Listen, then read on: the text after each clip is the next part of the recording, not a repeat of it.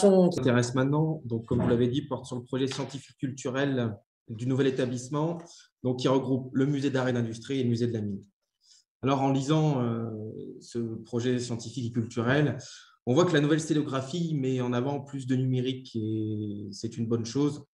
Ça pourrait sûrement arriver et permettre à redynamiser, comme le disait M. Chassaubenet, nos établissements. C'est un outil incroyable, mais comme le disait M. Chassaubenet également, il ne faut pas oublier l'humain. Le PSC note lui-même que l'âge moyen des agents est assez élevé, notamment dans l'équipe de surveillance qui, et là je cite le PSC, doit être profondément renouvelé. Donc, pour être dans la continuité, notre première demande serait qu'à chaque départ à la retraite, on remplace un poste pour un poste. Nous demandons également la sacralisation du budget du nouvel établissement afin qu'il puisse assurer ses missions comme indiqué dans le document. Enfin, et c'est là où on en remercie les agents du musée, ce PSC va permettre de redynamiser l'ensemble des deux établissements en cherchant de nouveaux publics, notamment familiaux. Le problème que nous avons, c'est que l'écosystème muséal stéphanois manque d'un lieu sur le patrimoine immatériel de notre ville. Ce patrimoine immatériel qui fait la richesse de la ville et de ses habitants. Vous avez parlé, M. Chassaubenet, de savoir-faire. Le PSC parle non pas de patrimoine industriel, mais d'industrie. Donc, vous désirez encore faire une histoire du travail, mais sans les travailleurs.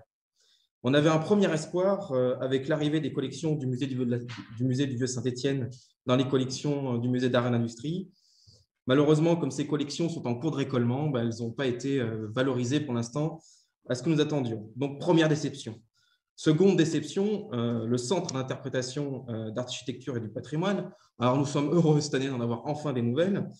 On l'attendait toujours et c'était une obligation. Et nous remercions la mensuétude de la DRAC.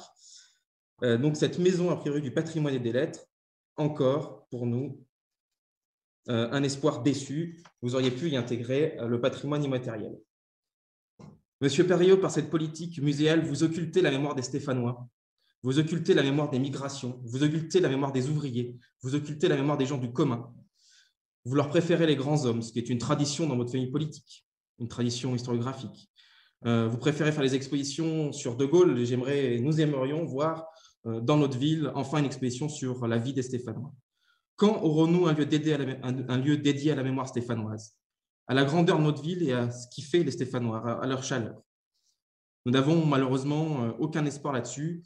Donc, je profite de ce conseil municipal pour mettre en avant la culture ouvrière et la culture stéphanoise en vous citant ces quelques strophes d'un poème ouvrier. Passementier, armurier, mineur, employé gazier, du marais au marronnier, de la riche lande au clapier, font bon ménage au jardin en buvant du jus divin.